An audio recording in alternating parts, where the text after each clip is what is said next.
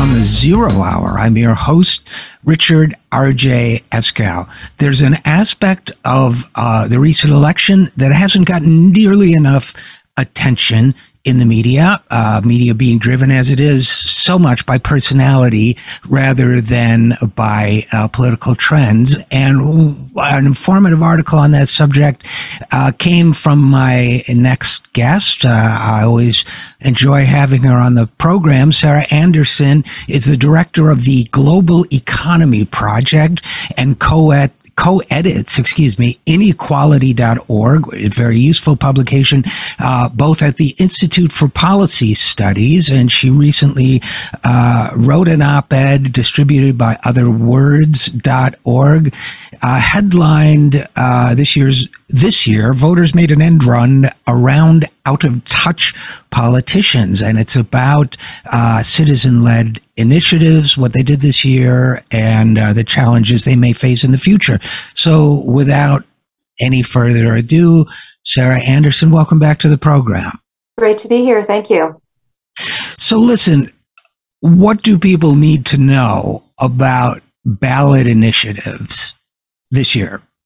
Yeah, well, this is such a critical tool for democracy to often get around and do an end run around out-of-touch politicians or our elected officials in Washington who might not be so on top of the interests and needs of the people who they're representing. And we saw that happening in many places. Our team monitored what we saw as the leading inequality fighting ballot initiatives on that voters were getting to decide on around the country. Of course, there's many more that could be talked about that related to reproductive rights and drug policy and so forth. We kind of zeroed in on these inequality related ones. And we had a feeling that no matter how things turned out with this election in terms of the balance of power in Washington, that we were going to see some really interesting and exciting steps forward through these ballot initiatives. And we definitely did.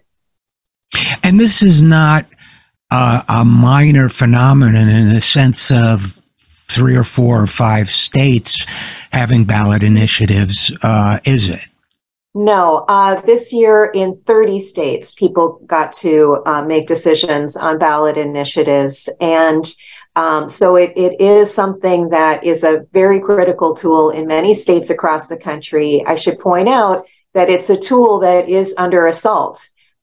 These ballot initiatives allow the voices of ordinary voters to be heard, and not everybody likes ordinary voters' voices to be heard in the halls of Congress or their state legislatures. And in fact, one group is tracking legislation introduced into state legislatures to try to undercut ballot initiatives. And there have been 500 of such pieces of legislation introduced I think since 2017. So it's already really hard to get these things on the ballot. You have to, gather a lot of petitions. You have to pound the pavement and do a lot of work to get them on the ballot in the first place.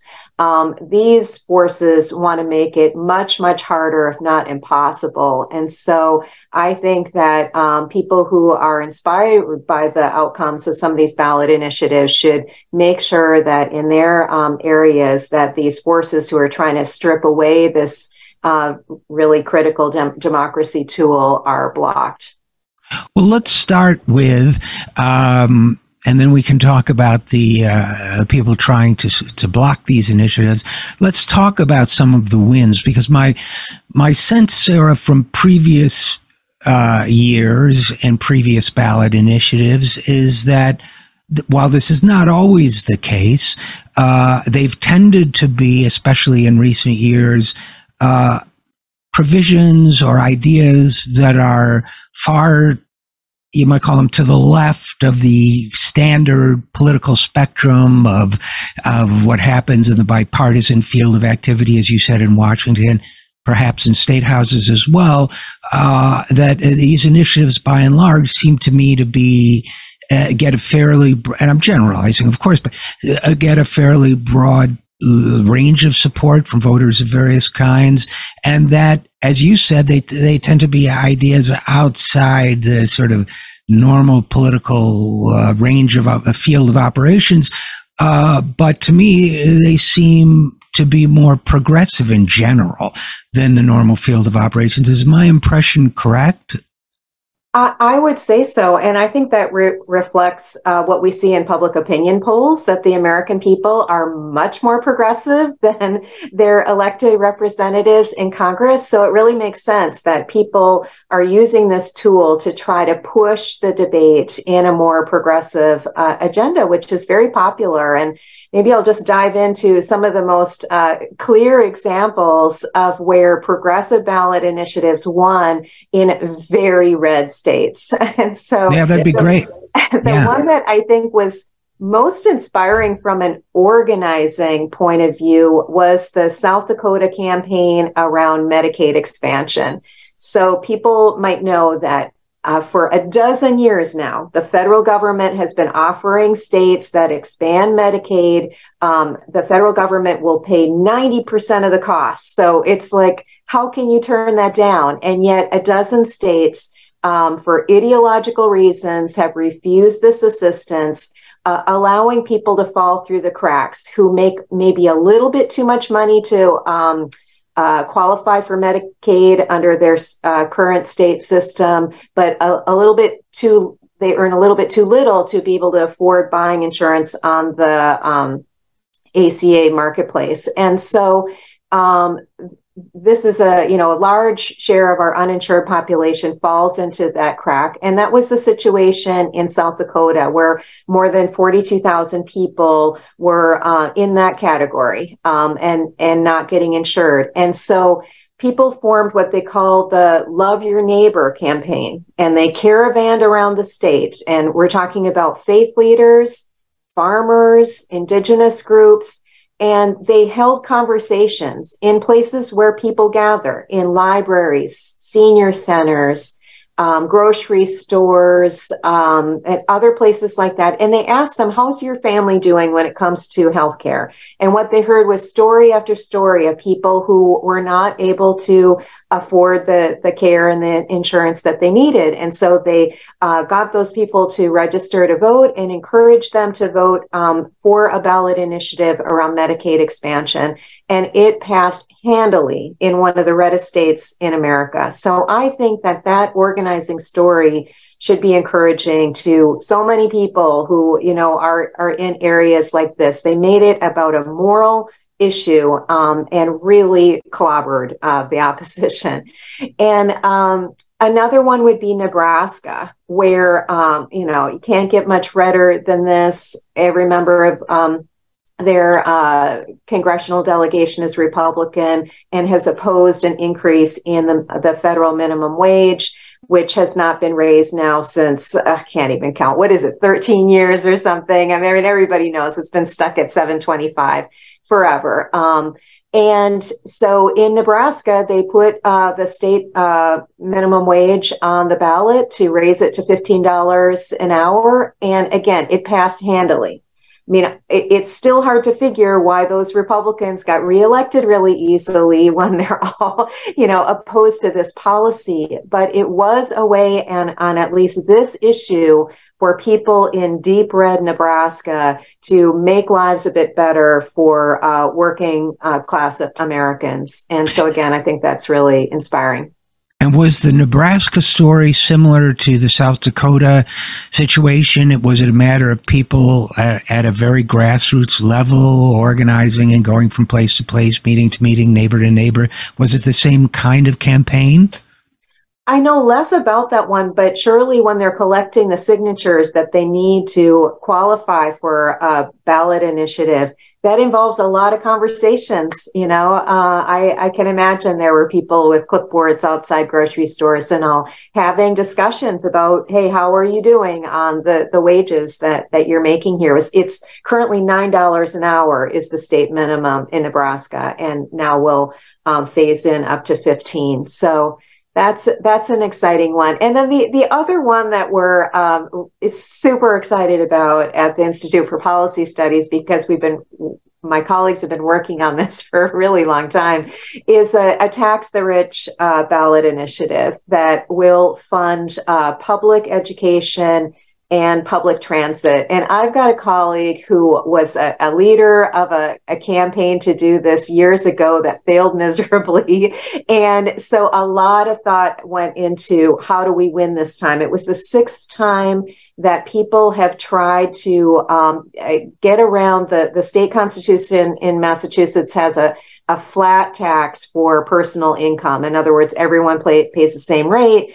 And there's been, 6 times people have tried to get around that to raise tax rates on the wealthy. They finally won this year through the Fair Share Amendment campaign, despite a really intense opposition effort that tried to, do fear mongering, saying there was going to be this massive exodus of all the millionaires from Massachusetts who are going to flee the state, and, middle class families were going to suffer. And this and that. And they finally got around that. And I think it says a lot about the broader, political moment here especially after years of a pandemic, when we saw the rich getting richer and the billionaire wealth growing and CEO pay skyrocketing while worker wages have been stagnating and families struggling with rising costs. This was the moment, and that campaign really pushed it across the line. So it'll be in the state constitution of Massachusetts now, this progressive tax on income above $1 million. It'll raise a couple $2 billion a year to make their schools and their infrastructure much stronger. And I am guessing that campaign is going to inspire a lot of other campaigns in other states around the country.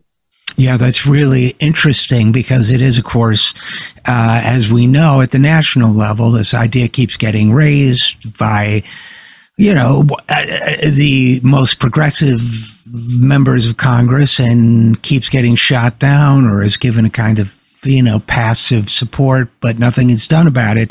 So to see somebody do something about it, I agree with you, Sarah Anderson. It's really exciting. And again, one of the reasons why I asked you about the grassroots organization is that, and South Dakota's, what you described there in your article at otherwords.org is inspiring because to me, I think one of the big lies that people have been told or have somehow come to believe is that organizing doesn't matter, grassroots action doesn't matter, getting out there and signing a petition, whatever, a ballot initiative, that somehow the politicians have all the power. And of course, they do have an enormous amount. But the fact is there are channels people can take as grassroots organizers that can lead to concrete results. So if people are frustrated with the outcome of what's going to be gridlock in Washington or whatever it might be, or if they live in the reddest of red states, there are still things they can do. And I just really think it's great that you emphasize that, because I think it's very important for people to understand. Let's talk a little bit, Sarah, about the opposition that these initiatives are facing. Most states, if I recall correctly, they've had these provisions for a while where you can do voter initiatives, that kind of thing. Maybe some of them are new, I don't know, but California has had it forever, for example, and it's often been misused because of the size of California and the, media campaigns and so on. But still, it's not a new concept, referenda or ballot initiatives. But as grassroots organizers, I think chalk up more successes, and as those successes are clearly progressive, because I totally agree with you. The polling shows that even self-described conservatives are progressive on a great many issues and so on. So people are pushing back, and it's interesting and important to know that. How are the powers that be pushing back on this tool? Well, they are introducing bills in state legislatures that would make it much harder, either completely eliminate the ballot initiative process together, or most commonly are the bills that just make it a lot harder to both get them on the ballot and once on the ballot to get them passed. One common thing, for example, is to say that to pass ballot initiatives have to have a supermajority, not just a straight majority. And so that makes it a much higher bar. We saw that with in Illinois, they had a ballot initiative this year to enshrine the right to unionize and bargain collectively, and to ban the state government from passing anti-union right to work laws. And to get that passed, it was like some complicated combination. You either had to get, I think, I can't even repeat it, but it was like a really, really high bar. It wasn't just a straight majority. Fortunately, they got it, but it was, it was nip and tuck, and it was tough to achieve that on issues where the other side is going to just pour money into undercutting you. So it's that kind of like monkeying with the system. In some cases they've tried to just eliminate it altogether. But that, comes across as pretty glaringly anti-democratic. The more common tactic now is to just keep raising the bar, making it higher and higher and higher, with the goal being of undermining the will of the people. That's what it's really about. They don't want the people's voices to be heard as strongly in the halls of power. So the forces behind this are really the ones that know that their issues are not popular. Their positions are not popular, and they want to undercut the will of the people. And it seems to me, I'm just thinking out loud here, sorry, Anderson, but it seems to me that one of the problems, you can organize around getting more people health care, you can organize around taxing the rich, you can organize around other marijuana. There have been marijuana referendums, marriage equality, whatever, a specific issue you can organize around. I'm wondering how one, or if we've even figured it out yet, how one goes about organizing to protect the right to engage in this kind of citizen democracy or citizen-led democracy. It seems to me it doesn't have a natural constituency unless there's an issue before the ballot. So I guess what I'm saying in plain English is that I'm really worried that the forces against democracy may get their wins in before the people even understand what's happening to them. And I'm trying to figure out in real time here, and hopefully you're ahead of me on this, how one organizes to protect a tool like this. Yeah, I get your point. But when you think about the people who are like concretely going to benefit from the ballot initiatives that passed this year, in Nebraska, it's over 100,000 people will see an increase in their wages as a result of the minimum wage ballot initiative. Going back to those people and saying, you benefited personally from this, you saw a difference in your life from this. Help us defend the right to do this kind of thing in the future. The same way with South Dakota, 42,000 people will get health insurance as a result of the ballot initiative. So in that sense, there is a constituency. It's still, I understand it's going to be an organizing challenge. I would also say that even when ballot initiatives fail, the process of people going out and talking to their neighbors and people in their community about the issues that are foremost on their minds is something that I think will pay off even if a ballot initiative doesn't fail. And so that's another reason to defend the right to ballot initiative. It focuses people's minds. It gives people a deadline and a structure and all, but the general process of going out and having those conversations is really valuable as well when we are in such a polarized society. Oh, I think that's absolutely true. And Sarah Anderson, I have an idea. Sorry, but my idea is this, that, maybe we being not you and me particularly, but the movement as a whole, can talk to people about the fact that trying to obstruct this process is the politicians trying to seize even more power for themselves. And I think that's a concept that resonates across the political spectrum. Absolutely. Absolutely. It's pretty bedrock for democracy. And these campaigns have also, I think, put a spotlight on issues that were eye-opening in themselves. Another one I haven't mentioned is in Arizona. They passed a historic ballot initiative to cap interest rates on medical debt. Well, I learned as a result of that ballot initiative that 100 million Americans have medical debt. I knew it was bad, but wow, so getting people to talk about that issue and what can be done about it, that is really key. So these are critical tools. I really hope people will build on the successes from 2022, not get too lost in all of the other news coverage of the election, which has been overwhelming. It's kind of hard to sort through, what should be foremost on people's minds. And, we're dealing with the changes in the landscape in Washington, but at a local level, I think this is a really huge story, how much people really embraced this tool and made the most of it to move the ball forward on economic, racial, and gender justice. Yeah, I think so too, and I that's why I really wanted to do whatever we can do here to amplify it, because I do think it's important, and I do think that the organizing process that you describe, is exactly as you say. That itself shows people what power they have to communicate with other people, because of the leading narrative, divided country, we can't talk to one another, that kind of thing is paralyzing to organizing strength and that kind of thing. So I do think that was critically important.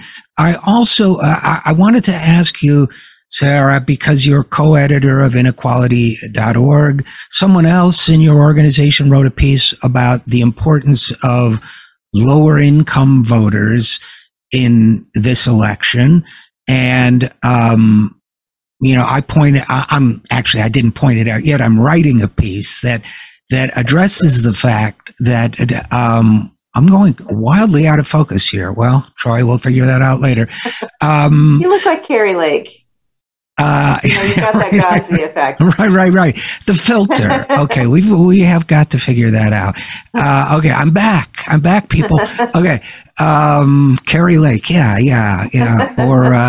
Or what was the name of the actress in Sunset Boulevard? I'm ready for my close-up now. But that diversion aside, what I was saying was that low-income voters, and I would say for a piece I'm working on myself, I looked at the numbers because somebody made the comment, well, the New Deal coalition is dead. And so, well, hold on. Democrats narrowly won, but won voters in households making $50,000 a year or less. They won significantly, although their support is eroding. In Black households, it's still, 2/3 of that vote, more than 2/3, go to Democrats. My point being, I guess, that lower income households are, I think, maybe undervalued as a voting bloc that people, not only ballot initiatives, but policies need to be talking to. You mentioned how much worse inequality has gotten since COVID, and we know it was outrageously bad before COVID.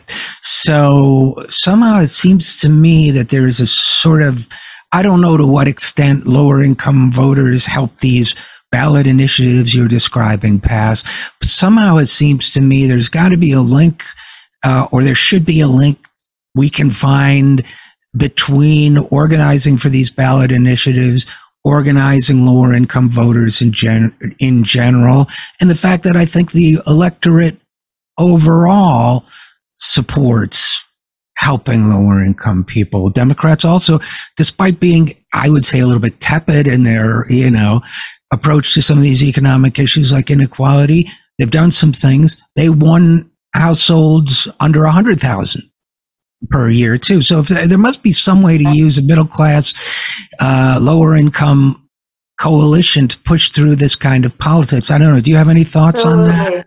Well, the Institute for Policy Studies, we work closely with the Poor People's Campaign led by Reverend William Barber and Reverend Liz Theo-Harris, and they've really been on the cutting edge in terms of analyzing that voting bloc of poor and low income voters, and I think make a compelling case that they had a huge impact in 2020, but could be so much more powerful, particularly if we had reforms to make it easier to vote and remove obstacles to voting. And they also make a really compelling case. Reverend Barber complains all the time about how like the voting rights issue has become pigeonholed as this like Black people's issue, whereas it's also a huge issue across the board for Americans, and particularly low-income Americans who might not be able to take time off of work to go vote, and or find childcare to be able to vote. Other barriers to participation in democracy that could easily be eliminated to allow that segment of our population to become even more of a powerful voting bloc. And I think candidates, and this is across all parties, candidates who ignore that voting bloc and don't speak to the needs of the most economically disadvantaged in our society really do so at their own peril, because I think this is a growing force. I think you're right. And I think that, as you say, any candidate, I always try to keep in mind, if you're a single parent working at a fast food restaurant, they won't tell you from day to day when your next shift is going to be, and you have to arrange childcare. And then to vote, you maybe have to take a bus and get a transfer, take another bus, takes 2 hours. You get there, you wait for 6 hours. Right. They better give you those candidates and those platforms and those parties and those initiatives better give you a really good reason to vote. Yes, I agree with you and Reverend Barber. We need to do everything in our power to make it easier to vote. But in the meantime, it seems to me it's incumbent on everyone running for office, everyone setting or proposing policy, to keep that voter in mind if we want to do something about economic injustice. Especially after a pandemic crisis, when going into it, we had such a huge share of our society already on the financial edge. 40% of Americans couldn't afford a $400 emergency going into the crisis. It didn't take much to push them over. And that's why we needed to have all of that public assistance. So if we want to avoid being that vulnerable to crises of all sorts in the future, we simply must tackle the problem of such a large share of our population being in poverty or low income. So what are you guys doing, before I let you go? What are you guys doing? You have, obviously we've been talking about the United States. You yourself have a global economy project. You're doing, you're involved with inequality.org.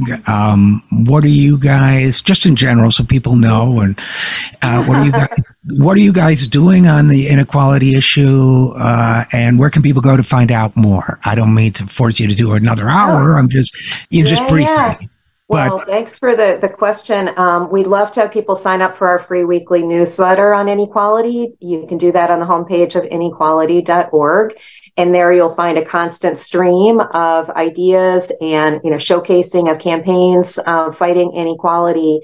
And, we're analyzing right now with the changes in Washington how to deal with a divided government. We all know probably there won't be a whole lot of fast action in terms of legislation, but it's a great time to really be building that bold progressive agenda that we know that the people are behind. And in the next 2 years, we can see a lot of progress coming through executive actions where the Biden administration can take steps that don't require congressional approval. So they've already done some really important things to use the power of the public purse to lift up workers by requiring that all federal contractors pay $15 an hour, that companies getting these big infrastructure, contracts and subsidies have to have labor agreements negotiated with their workers, and we think they could go further. We think that they could do more to make sure that our taxpayer money is not just further enriching CEOs and wealthy shareholders. We think it should be really hard for companies that pay their CEO, 600 times what they pay their typical worker to get a federal contract. Americans across the political spectrum are outraged about these gaps between CEO and worker pay, and they don't want to subsidize or aid and abet that problem. And then we're inspired to do more work at the state and local level with innovations like the Massachusetts tax the rich to pay for public transit and public education. We can see ourselves supporting campaigns in other states that we're pretty sure are going to start getting off the ground to do similar things like that.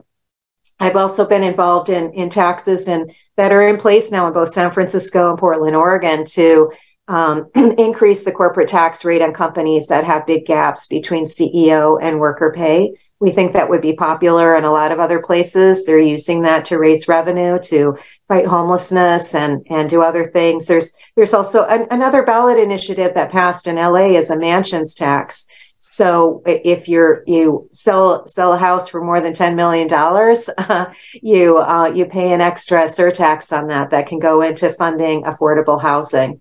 So we're excited about the general political landscape. The numbers might not be perfect in the breakdown of Washington, but we think that, out of all the horror of the pandemic, we have a landscape where low-wage workers feel like they were on the front lines. They have done essential work.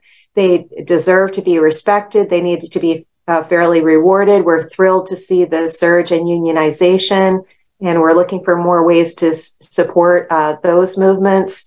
And we feel strongly that the people are behind a broad, bold, public, progressive agenda, and we need to do more to connect that public sentiment with what's actually happening in Washington.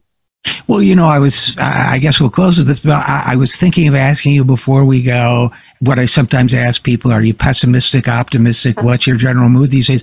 But I think you answered it. And didn't you? I mean, I think I did. Where bold progressive ideas were on the ballot, they did really well. In places like Florida, which went red, the Democrats there did not necessarily, they were not out there with a bold, economic or justice agenda. So places where they tended to do really well. And I think people should be encouraged by that and learn some lessons from it. I do too, and thanks for the little jolt of optimism for me too. So again, Sarah Anderson, who is the director of the Global Economy Project and co-editor of inequality.org at the Institute for Policy Studies, thanks for your great work. The piece we were discussing was This Year Voters Made an End Run Around Out-of-Touch Politicians. Thanks for writing it, and as always, thanks for coming on the program. Thank you. My pleasure. Bye-bye. Bye-bye. We'll be right back after this. I'm Richard RJ Eskow, and this is The Zero Hour.